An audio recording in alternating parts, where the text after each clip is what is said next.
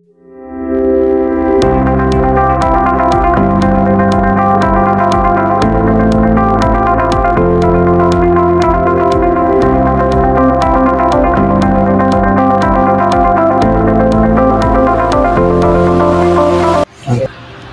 day everyone. My group is iTech and my name is Joshua C. Dapito. Today, pag-usapan natin ng database, fundamental. Alam ko medyo technical pakinggan pero himayin natin para madaling intindihin. Basically, alamin natin ano ba ang database, paano ito nag-evolve, at ano yung iba't ibang types nito. So, first is what is a database? A database is a structured collection of data that organized for easy access, management, and updating. It serves as a systematic repository where information can be stored electronically and retrieved efficiently. Simple lang. Imagine niyo as a structure collection of data, hindi lang siya basta folder and files na ang desktop nyo. Organize siya para sa madaling i-access, i-manage at i-update kumbaga. Ito yung digital cabinet or repository ng information ng isang system. And the key components, the data to be stored onto the database.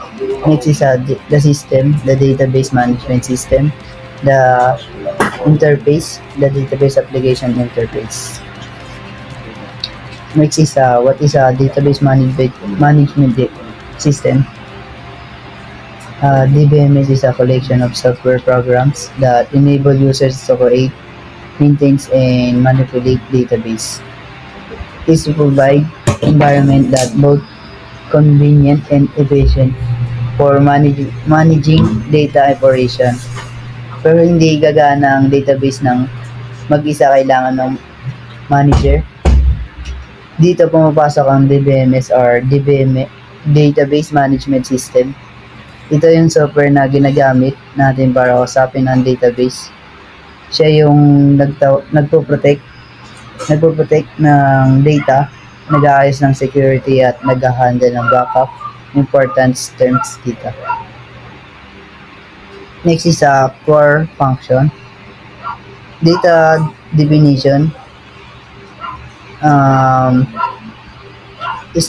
specify the types, destruction, and constraints. Next is data manipulation, querying, updating, interesting, and deleting data. Next is data management, organize how data is stored. Next is data security, controlling access to data. Next is concurrency control, managing simultaneous data access. Next is backup and recovery, protecting data from loss. And history of database. Mabilis sa history trip lang tayo. Paano ba tayo umabot sa database na gamit natin ngayon? 1960s early days. First database management system emerged to handle complex business data. Charles Bachman, integrate data stores, and IBM's information management system. Dito, nagsimula sa very basic pa, ginagamit ng hierarchical or network models. Imagine nyo parang tree structures.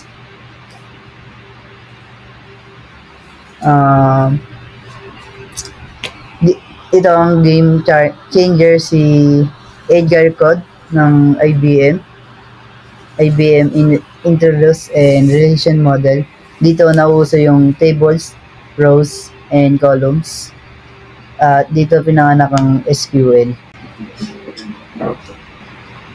1970s relational revolution. Edgar F. Code introduced the relational models at IBM in 1970s. He's published relational model of data or for large shared data banks. Data is now organized into tables with rows and columns. System are IBM and Ingress UC Bargary prototypes developed. SQL introduced as the query language. Ito, ang game changer sa si Edgar code ng IBM. I-introduce ang relational model. Dito nauso yung tables ng row and columns. At dito, pinanganak ang SQL. Then, 1980s, commercial success. Relational database become commercially viable with DB2, Oracle, Ingress, and other image. Network hierarchical models decline in popularity. PC database like DBase, Paradox, and RBase 500 appeared. Sumigat na sila. Dumating lang sila sa Oracle, DB2 at naging business na talaga sila sa database. Then 1990s moderation, client servers architecture become prevalent. SQL becomes the started query language.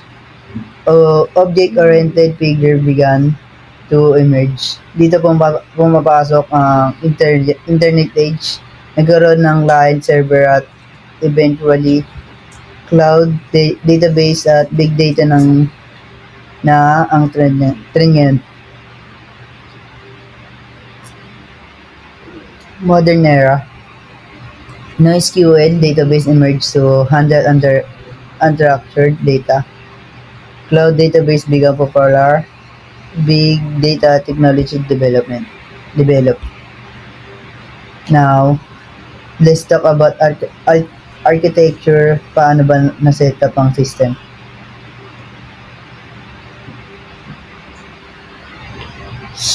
All database operation users interface and application are managed by single central computer, typically in a mainframe of powerful server.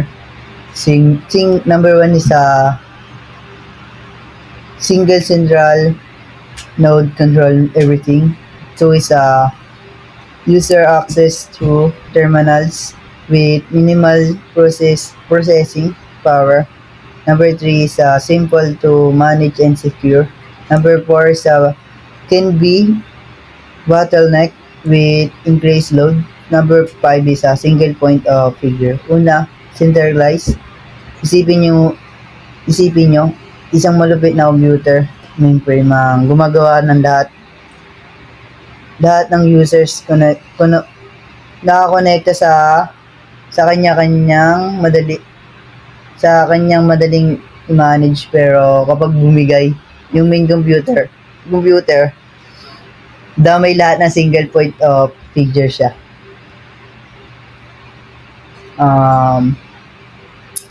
Two-tier architecture.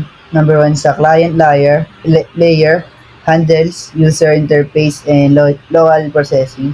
Number 2 is a server layer, manage data storage, complex processing, and business logic. Advantage, better resources utilization. Number scalable by adding more client, reduce strain on individual machine. Network-based access, and disadvantage, more complex than centralized system. Network dependency, security challenge with multiple access point. Client server architecture, pangalawa lang sa client server. Ito yung mga common ngayon, may dalawang types ito. Two-tier direct and connection client user.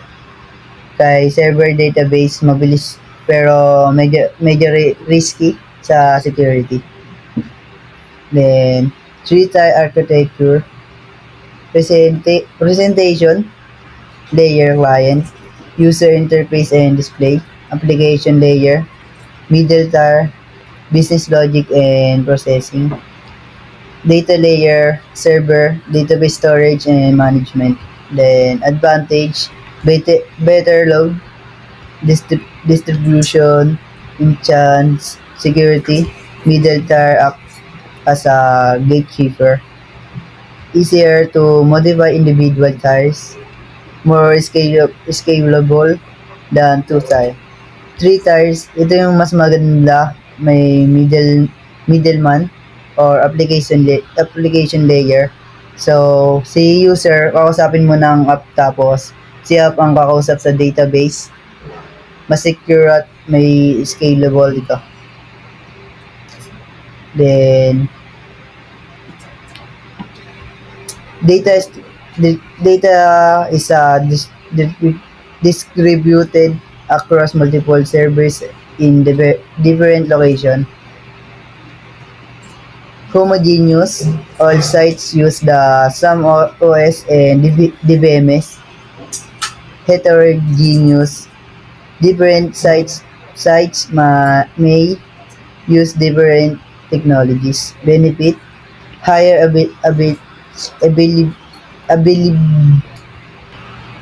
benefits, higher availability, improves performance through parallelization, geometric distribution, reduce latency. Technique, sharding, splitting database into smaller chunks across servers. Replication, maintaining multiple copies on different servers. Coaching, storing frequency, coaching is storing frequently access data in memory. Data models. Pumunta naman tayo sa data models, paano ba itsura ng data sa loob. Organized data industry-like structure where each record has only parents. Number one is a tree structure with single root. Number two is a one-to-many relationship. Number three is a parent-child relationships and rigid. Number four is a rigid structure. Example, IBMS, Information Management System. Number two is a file system, folders and files. First is a hierarchical model. Imagine family tree or folders sa PC nyo, isang parent, maraming child records.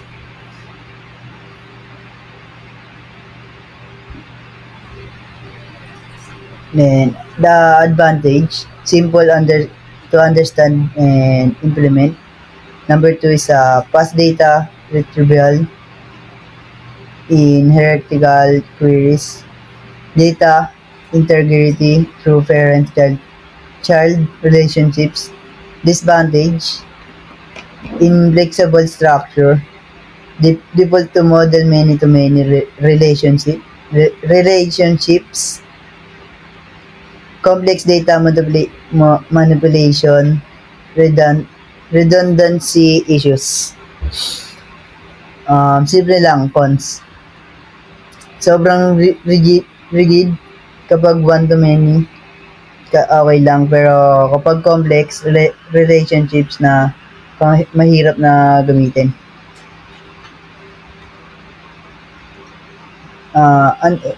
An extension of the hierarchical model allowing for complex relationship including many-to-many.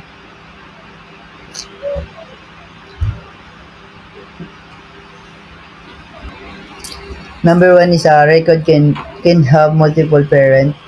Number two is a support many-to-many relationships. More flexible than hierarchical. Use pointers to establish relationships. Example, IDBMS, integrated data stores, and two is a condensing, conference on data system language standard. Next is a network model. extension to ng hierarchical, pero dito ang isang child record pwede magkaroon ng multiple parents. The advantage, handle complex relationship better than hierarchical. Efficient data access through direct pointers. Disadvantage naman is complex implement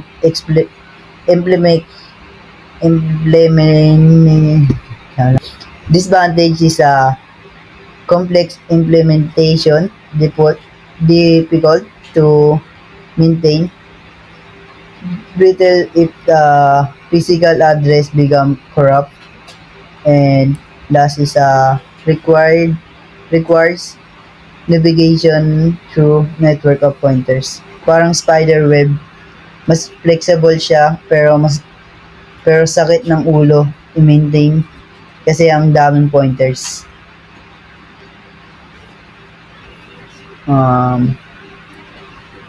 Combines database capabilities with object-oriented programming concept.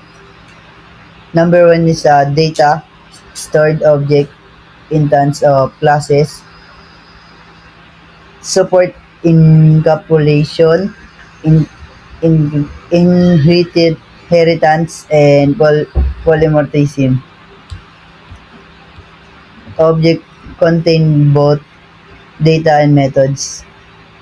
Complex data types supported image, audio, video. Example is iGemstones, object store, DB for Bersants. Then, we have the object-oriented models para sa mga programmers dyan na familiar sa OP, Java, C++. Ganito yung data is a stored object perfect. Ito yung mga complex data pero like image or videos na kailangan stored kasama yung method nila.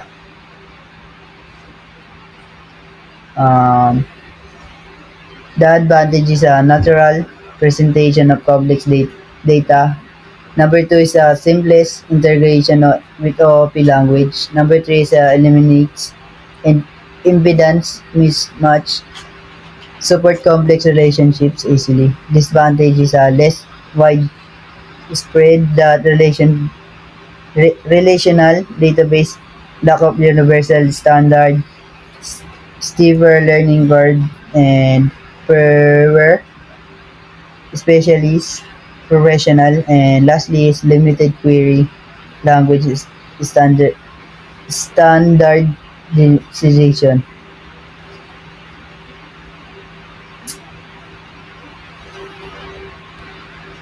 Organize data into table relations consisting of rows and columns using keys to establish relationship.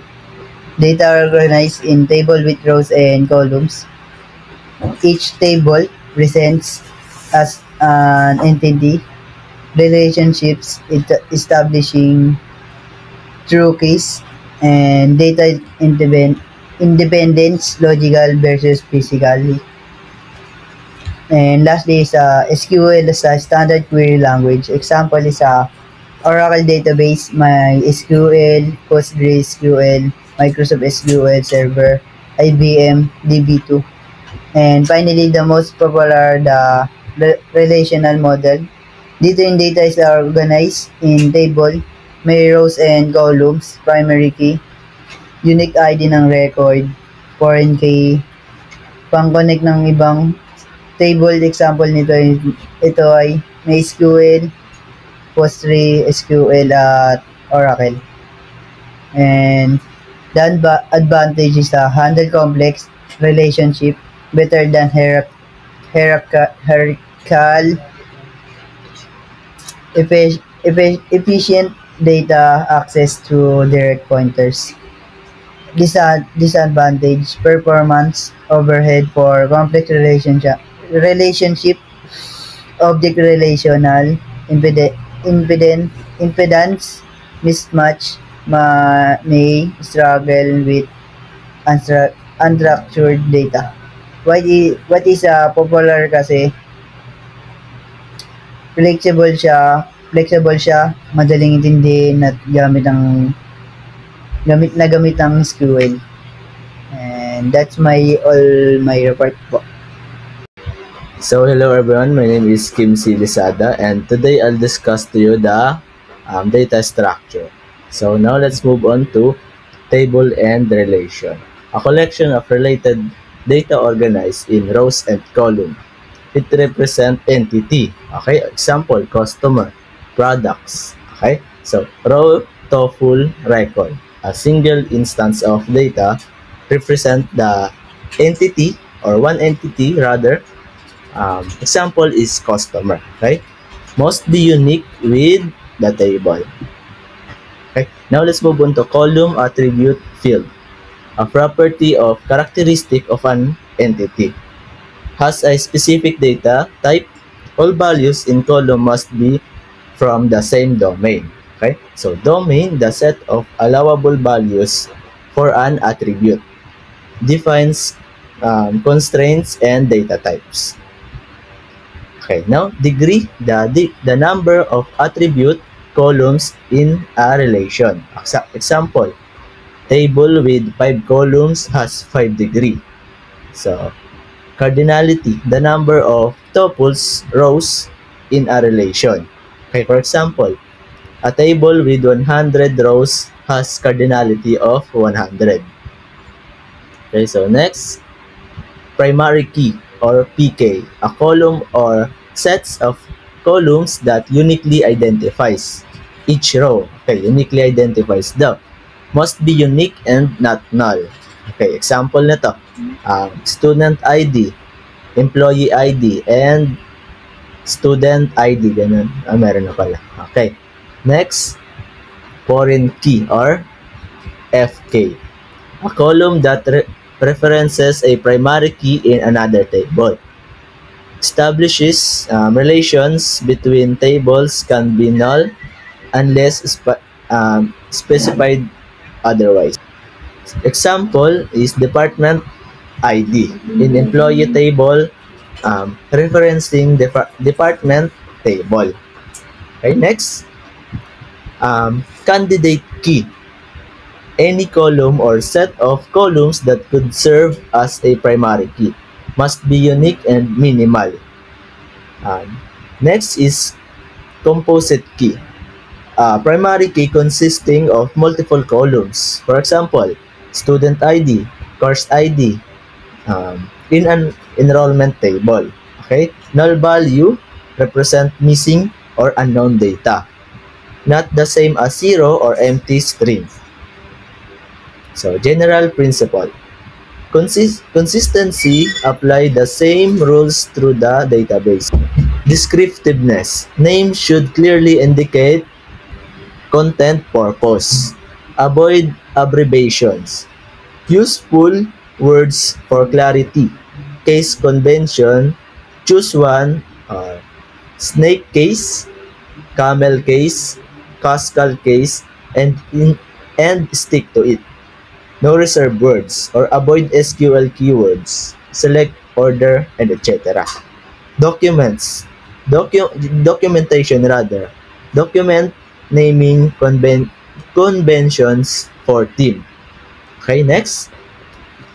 Database naming. Format na to is ito. Company, application, wala A to Z. Okay? Lowercase recommended. Use underscore to separate words. Okay, table naming, singular versus plural. Singular, recommended. Okay? Customer, employee, order. Consistency across all tables, easier pluralizations, rules. Direct for GL translation. Plural. Customer, employees, orders. Represent collection of entities. Okay? So, next. Yeah. So, best practices. Use nouns for entities. Okay, nouns daw. Keep names concise but descriptive. Single words prepared. Use prefix for related tables. Like, for example, veg food. non-veg food. Lowercase with underscore. Customer underscore order. General rules. Descriptive and clear. Avoid cryptic abbreviation. Use lowercase with underscores like snake case. Each column name should be unique or contextual clear. Okay? Next, primary key. Simple approach. ID. Descriptive approach like table name, ID, customer ID, foreign keys. Format nito is reference underscore table underscore ID or customer ID, department ID. Okay? Clear indicate the reference table. Data columns. Descriptive of content. First name, underscore name, email underscore address, phone underscore number. Okay, so dates, uh, created underscore date, start underscore date, or and last is end underscore date. Right? Flags is underscore activate, active is underscore delete, is underscore verify. Okay? Next, uh, constraints and indexes. Primary key, yan, PK, table name, or table name, name, underscore PK. Foreign key naman natin is like this, FK underscore table, underscore less than reference, underscore table, or PK, yun, ganun. Tomorrow. Now let's move on to entity relationship diagram or ERD. Okay, so key concept of ERD diagram or ER diagram. Entities represent real world object or concept. Depicted as rectangles, okay, example, customer, product, order, or employee. Okay, types. Strong entity can exist independently, has its own primary key. Okay, weak entity depends on strong entity for identification shown with double rectangle. Attributes, properties, or characteristics of entities depicted as ovals connected to entities. Example, cannot be divided. Okay, for example, age, okay, dates, ganon. Concept can be divided into subparts like address, streets, cities, zip code. Okay? Single value. Single value. One value per entity. Okay? Date of birth. Okay? Example nun. Multi-valued. Multiple values possible like phone numbers shown with double oval. Derived, okay, calculated from other attributes, okay, like age from date of birth shown with dash oval. Key attributes uniquely identifies entity, okay, underline. No. Relationship. Association. Relationships. Association between entities depicted as diamonds. Okay, so ganito siya. Named with verbs, work for, enrolls in, purchases. Connected entities with lines can be attributes of their own. Okay, next, primary key. Attributes with S that uniquely identify an entity rather. Underlined in ERD must be unique and not null. Primary key. Attribute in one entity that references primary key of another. Establish relationship between entities. Okay? So, cardinality relationship. Cardinality defines the numerical relationship between entities in the relationship. Okay, example nito, one-to-one. One instance of entities relates to exactly one entities only of entity B. Each instance appears once in relationship. Okay, bigyan ko kayong example. Sabi dito, one person has one passport. One passport belongs to one person. Okay? So, notation, line with one of um, both ends.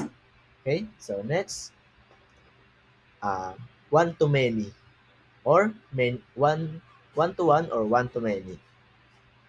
One instance of entity related to many instance of entity A.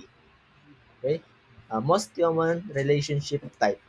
Example, one customer place many orders or many orders placed to one customer only. Uh, line with one or one end of N or M or cross put on the other. So next is many to one. Okay? Many instance of entity A relates to one instance of entity B. Reverse perspective to one to many. Okay? Example, many employee works in one department. Or one department has many employee. Okay? So, notation, line with N or M or cross put on the one end of one on the other. Many to many, multiple instance of entity A relates to multiple instance of entity B. Requires junction bridge table in implementation.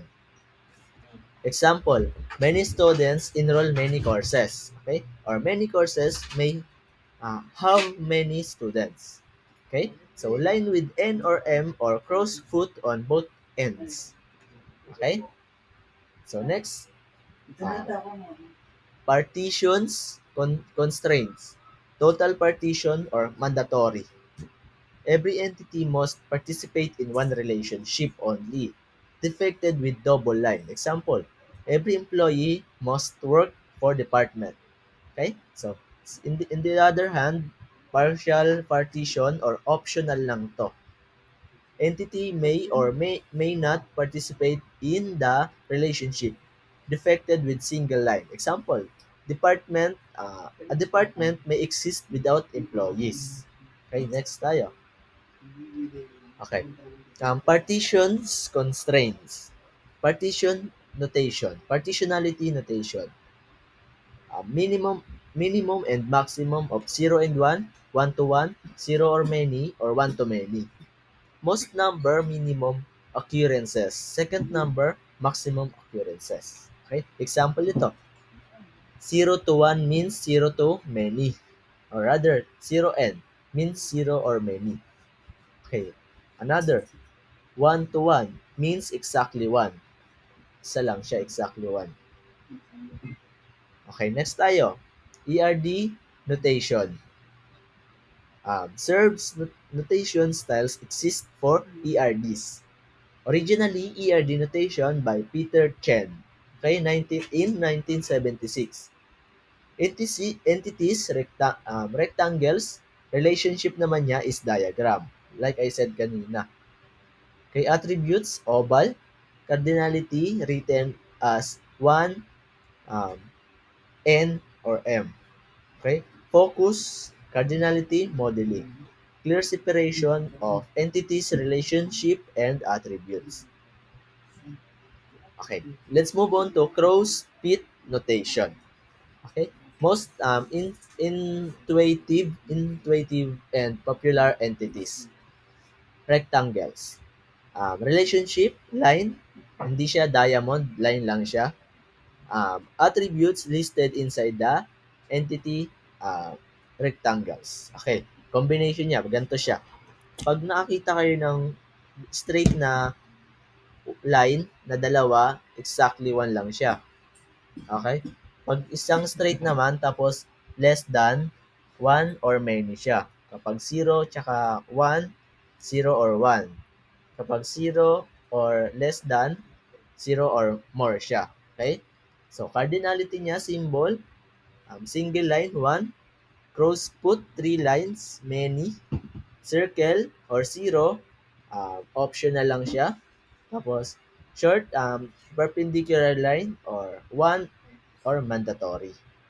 Okay, next tayo. Yan. So, unified modeling language. Ano nga ba to? part of software engineering methodology, similar to crow's feet but with class diagram notation. Cardinality shown as 1, 0, or 0, 1, 1, 0. Okay? Bachman notation. Early notation style, entities, boxes, relationship, arrows, arrow point from child to parent. Okay? So, what is this? ID fix. IDE F fix. In- integration definition for information modeling. Yun. That's the meaning of it. Used in government and military application. Distinguish between identifying and non-identifying relationship. Okay? So, um, uh, best practice for ERD design is start with major entities representing core business concept. Entity attributes for each entity. Define primary keys that uniquely identify each entity. Establish relationship between entity. Specific cardinality for each relationship. Consider constraints, optional versus mandatory. Normal the design to normalize the design to appropriate level. Review and define the stakes with stakeholders. Documents, assumptions, and business rules. Keep it simple. Don't complicate the diagram. Okay? So, next tayo. Confusing attributes with entities. Including conflicts attribute that should be separate entities. Incorrect cardinality specifications, missing key relationship, over-normalization or under-normalization, using unclear or inconsistent naming. Okay? So, now let's move on to entity relationship diagram or ERD. Okay? So, key concept of ERD diagram or ER diagram. Entities represent real-world object or concept. Depicted as rectangles, okay, example, customer, product, order, or employee. Okay, types.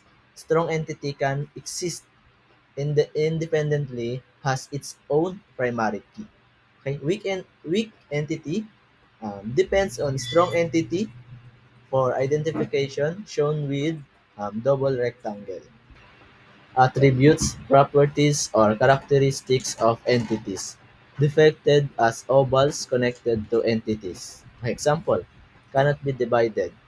Okay, for example, age, okay, dates, ganon. Concept can be divided into subparts like address, streets, cities, zip code. Okay, single value, single valued, one value per entity. Okay, date of birth. Okay, example nun. Multi-valued. Multiple values possible like phone numbers shown with double oval.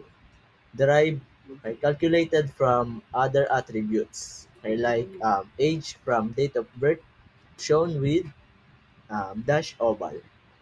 Key attributes uniquely identifies entity. Okay, underline. No. Relationship. Association. Relationships. Association between entities depicted as diamonds. Okay, so ganito siya. Named with verbs, work for, enrolls in, purchases. Connected entities with lines can be attributes of their own. Okay, next. Primary key. Attributes with S that uniquely identify an entity rather. Underlined in ERD must be unique and not null. Primary key. Attribute in one entity that references primary key of another. Establish relationship between entities. Okay? So, cardinality relationship. Cardinality defines the numerical relationship between entities in the relationship. Okay, example nito, one to one. One instance of entities relates to exactly one entities only of entity B. Each instance appears once in relationship. Okay, bigyan ko ng example. Sabi dito, one person has one passport. One passport belongs to one person. Okay? So, notation, line with one of um, both ends. Okay? So, next, uh, one to many or one to one or one to many. One instance of entity related to many instance of entity A. Okay? Most common relationship type. Example, one customer place many orders or many orders placed to one customer only. Uh, line with one or one end of N or M or cross put on the other. So next is many to one. Okay? Many instance of entity A relates to one instance of entity B. Reverse perspective to one to many. Okay? Example, many employee works in one department. Or one department has many employee. Okay? So, notation, line with N or M or cross put on the one end of one on the other. Many to many, multiple instance of entity A relates to multiple instance of entity B. Requires junction bridge table in implementation. Example, many students enroll many courses. Okay? Or many courses may have many students. Okay? So line with N or M or cross foot on both ends. Okay? So next, partitions constraints. Total partition or mandatory. Every entity must participate in one relationship only, depicted with double line. Example, every employee must work for department. Okay? So, in the other hand, partial partition or optional lang to. Entity may or may not participate in the relationship, defected with single line. Example, a department may exist without employees. Okay, next tayo. Okay. Partitions constraints. Partition notation. Partitionality notation. Minimum and maximum of 0 and 1, 1 to 1, 0 or many, or 1 to many. Most number minimum occurrences. Second number maximum occurrences. Okay? Example ito. 0 to 1 means 0 to many. Or rather, 0n means 0 or many. Okay. Another, 1 to 1 means exactly 1. Isa lang siya, exactly 1. Okay, next tayo. ERD notation. Notation styles exist for ERDs. Originally, ERD notation by Peter Chen. Okay, 1976. Rectangles, relationship naman niya is diagram. Like I said kanina. Okay, attributes, oval, cardinality written as 1, um, N, or M. Okay? Focus, cardinality, modeling. Clear separation of entities, relationship, and attributes. Okay, let's move on to crow's feet notation. Okay, most intuitive and popular entities. Rectangles. Relationship, line, hindi siya diamond, line lang siya. Attributes listed inside the entity rectangles. Okay, combination niya, ganito siya. Pag nakakita kayo ng straight na line na dalawa, exactly one lang siya. Okay? Pag isang straight naman, tapos less than one or many siya. Kapag 0 tsaka 1, 0 or 1. Kapag 0 or less than, 0 or more siya. Okay? So, cardinality niya, symbol, single line, 1. Cross put, 3 lines, many. circle or zero, optional lang siya. Tapos, short, perpendicular line or one or mandatory. Okay, next tayo. Yan. So, unified modeling language. Ano nga ba to? Part of software engineering methodology. Similar to crow's-feet but with class diagram notation. Cardinality shown as 1, 0, or 0, 1, 1, 0. Okay? Bachmann notation. Early notation style, entities, boxes, relationship, arrows, arrow point from child to parent. Okay? So, what is this? IDE F fix. Integration definition for information modeling. Okay, yun. That's the meaning of it. Used in government and military application. Distinguish between identifying and non-identifying relationship. Okay? So, um, uh, best practice for ERD design is start with major entities representing core business concept. Entity attributes for each entity. Define primary keys that uniquely identify each entity. Establish relationship between entity. Specific cardinality for each relationship. Consider constraints, optional versus mandatory. Normalize the design to appropriate level. Review and define the stakeholders. Documents, assumptions, and business rules. Keep it simple. Don't complicate the diagram. Okay?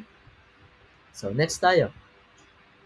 Confusing attributes with entities, including conflicts attribute that should be separate entities. Incorrect cardinality specifications, missing key relationship, over normalization or under normalization, using unclear or inconsistent naming. Okay? So, So good day everyone, I'm Jimboy Lazada from BSIT 22. For today's discussion, I will be presenting several important concepts related to SQL, specifically under the topic querying and functions. This topic is essential because SQL is the primary tool used in retrieving, filtering, sorting, and summarizing data inside the database. In simple terms, ito yung mga ginagamit natin para kumuha ng tamang informations mula sa napakalaking collection of data. In this presentation, I will focus on these subtopics. First, the filter operations, which includes and, or, not, in, and like, and between. Second, the aggregate functions, including count, sum, AVG, min, and max. And lastly, the SQL keywords, order by, union, and union all. My goal is to explain these topics in the clearest and most detailed way possible para kapag kayo na mismo ang gumamit ng SQL, alam nyo agad kung kailan at kung paano ginagamit ang bawat operator at function. So first, dako tayo sa unang topic natin, filtering with operation. So, ang AND operator. So, the AND operator is used when we want to apply two or more conditions that must all be true at the same time. Kung meron kahit isang condition na hindi satisfied, automatic na hindi isasama ng record sa final output. To explain this more clearly, isipin natin na ang AND operator bilang isang strict filter na hindi mapapadaan ng kahit anong row kapag hindi niya na-meet ang lahat ng requirements. So, sa example ko dito, select asterisk from employees where department equals sales and salary. This query will only return employees who are both in the sales department and earn more than 50,000. If an employee is in sales but earn less than 50,000, that record will be excluded. If the employee earns above 50,000 but belong to the different department, that record will also be excluded. Therefore, and is used when all conditions must hold true simultaneously. The next is OR operator. The OR operator, on the other hand, is used when at least one of those conditions is true. Kung ang AND ay strict, ang OR naman is more flexible. This operator is used when we want to widen our research or include multiple possible valid values. In other words, OR allows us more records to pass through because it only needs one condition to be correct. So example is select asterisk from products where category equals electronics or category equals computer. This command retrieves all products that belong to either the electronic category or the computers category. Even if only one of the condition is satisfied, the record will be part of the result set or is best used when there are multiple acceptable values. The next one is NOT operator. The NOT operator is used when we want to exclude a specific value or conditions from our result. This is helpful when we want everything except a particular group, category, or value. Think of NOT as telling SQL, get all rows but remove anything that matches these conditions. Example, select asterisk from customers where not country equals USA.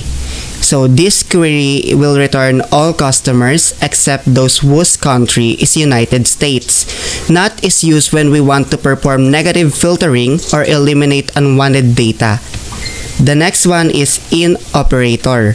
The IN operator is used when we need to match a value against multiple possible choices. Instead of writing several OR conditions, IN makes the query shorter, more organized, and easier to read.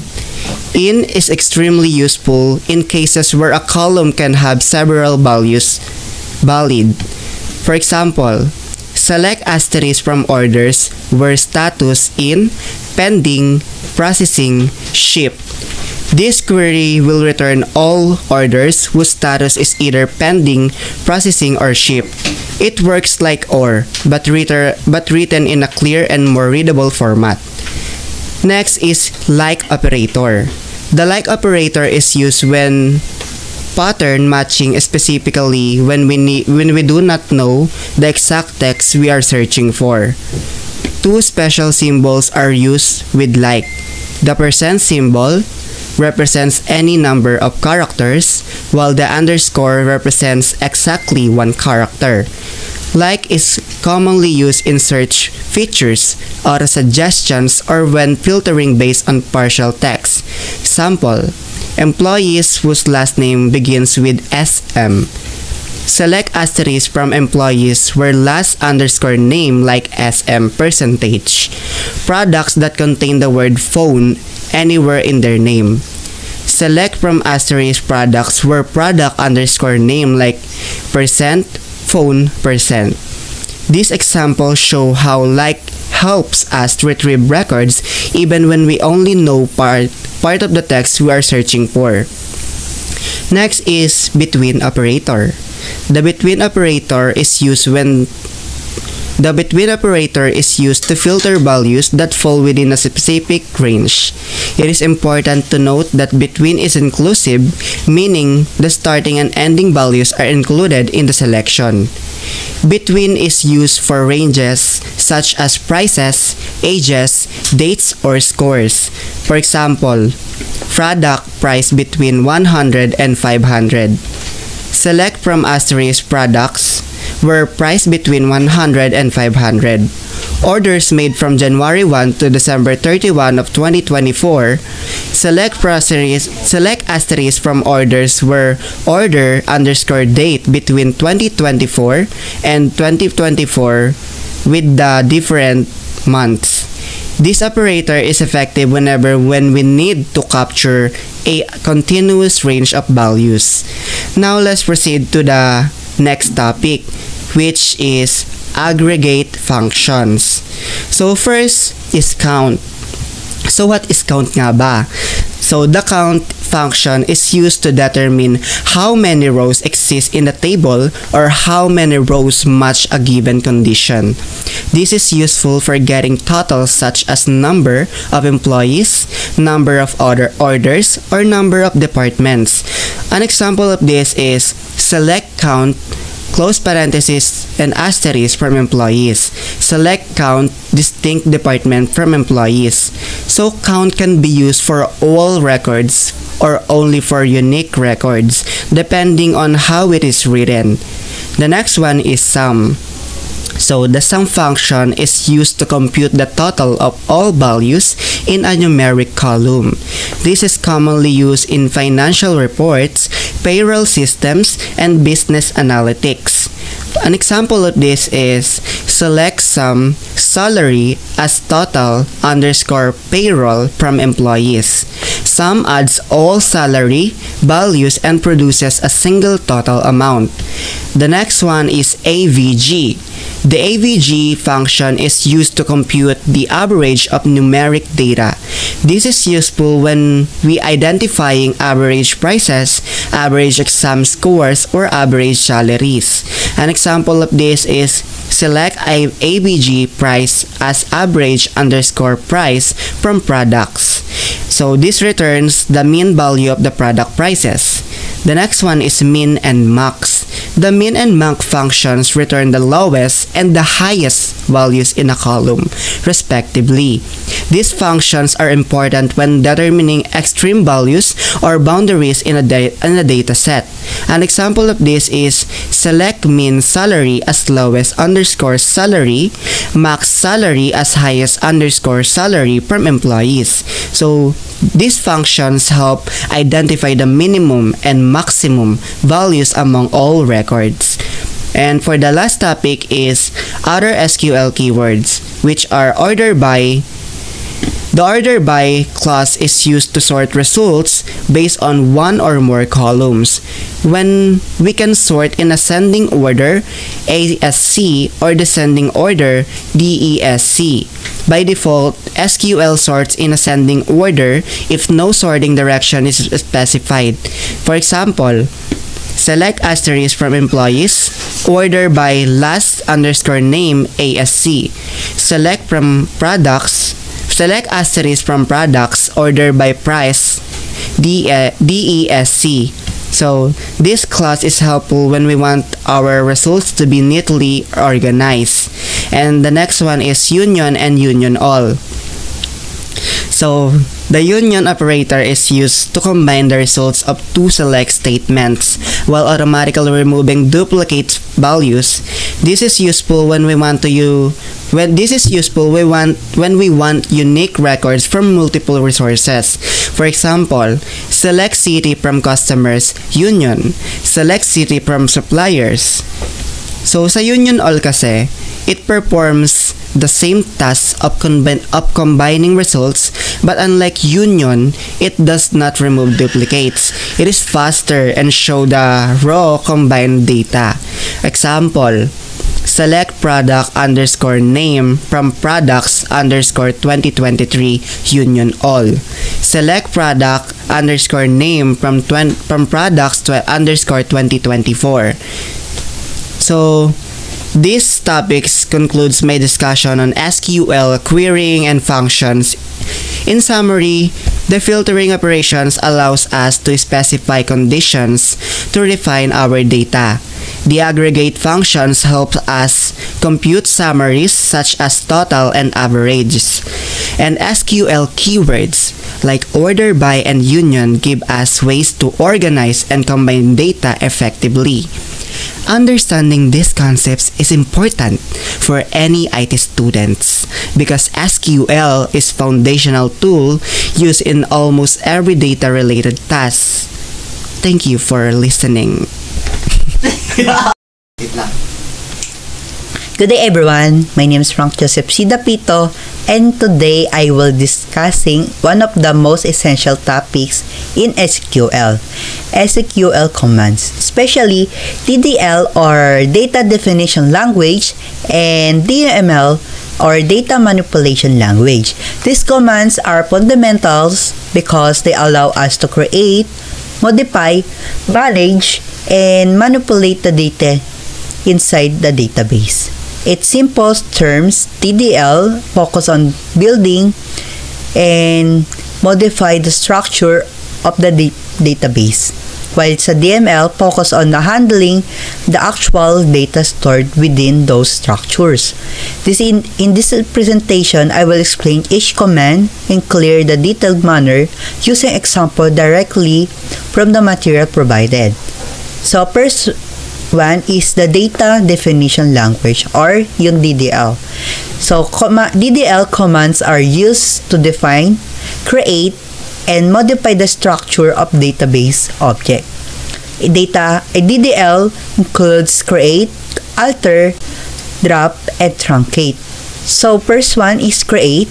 The create commands is used to generate new database objects. These objects may include databases, tables, or indexes. So first is the creating a database. Create database company DB. This command creates a new database named company DB will serve as the container for the table and other objects. Next one is creating a table. Create table employees, employee ID in primary key auto increment, first name varchar 15 at null, last name varchar 15 at null, email varchar 100 unique, hard date, salary decimal 10 to, department ID in foreign key, department ID, references departments, department ID. This commands creates table called employees with defined columns such as employee ID, name, email, hard date, salary, and department. It also sets a primary key with auto increment and establishes foreign key that links this table to the department table, maintaining relational integrity. So next one is creating index. So create index, IDX, last name on employee's last name. An index works like optimized search guide. Creating index on the last name column help us speed up queries that filter or sort by last name. Next one is the alter. The alter commands modifies the structure of existing table. It can add columns, modify data types, delete columns, and add constraints. So first one is the adding a column. So alter table, columns, add column, phone number, varchar 15. This add a new column named phone number to the employees table. Modifying column, alter table, employees, modify column, salary, decimal 12 to. This increases the precision of the salary column to allow a larger values. Dropping a column, alter table, employees, drop column, phone number. This removes the phone number column from the table. Adding constraints, alter table employees, add constraints, CHK salary, check salary greater than 0. This add a check constraint to ensure that the salary value always greater than 0. Constraints like this help maintain accurate and valid data. Next one is drop. The drop command permanently deletes a database objects. First one is dropping a table. Drop table employees. This removes the entire employees table along with all its data. Next one is dropping a database. Drop database company DB. This command deletes the databases company DB entirely. Dropping an index. Drop index IDX last name on employees. This removes the index previously created on the last column. Next one, truncate. Removes all rows from the table without deleting the table itself. Truncate table temporary logs. Truncate is faster than delete because it does not log each deleted row individually. It is essential a quick way to clear all data while keeping the table structure intact. And next is the data manipulation language, or yung DML. DML commands manipulate actual data stored in tables. DML includes select, insert, update, and delete. First one is select. Select is used to retrieve data from one or more tables. Basic select. Select first name, last name, salary from employees. This retrieves the first name, last name, and salary from all employees. Next one is select with join. Select a first name, a last name, the department name from employees E, inner join department D on E department ID equals department ID. This joins employees that and department tables using department ID, allowing us to display employees together with their department names. Next one is select with subquery. Select asterisk from employees where salary greater than select average salary from employees. This retrieves employees whose salary is greater than the average salary. The subquery calculates the average salary and the main query filters based on the value. Next one is the insert. Insert adds new rows in the table.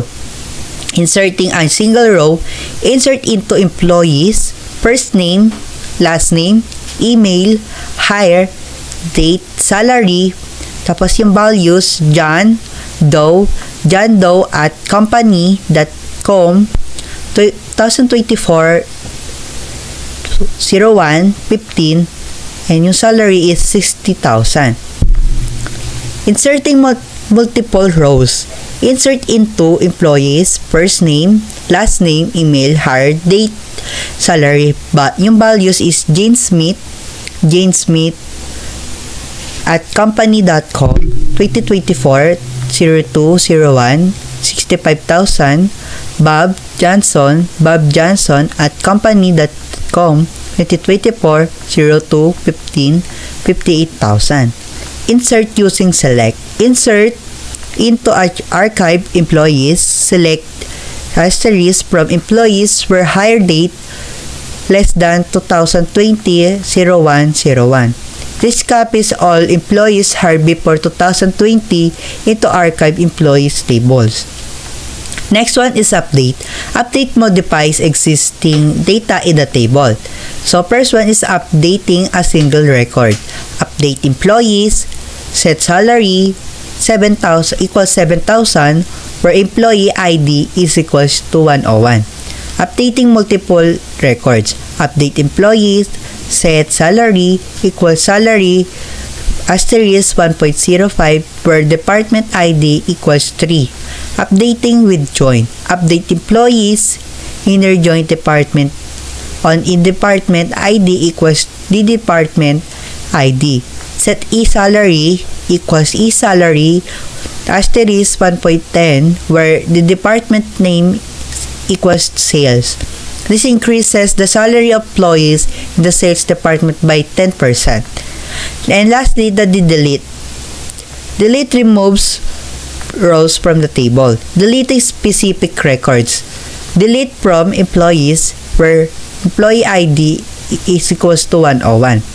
Deleting rows by condition.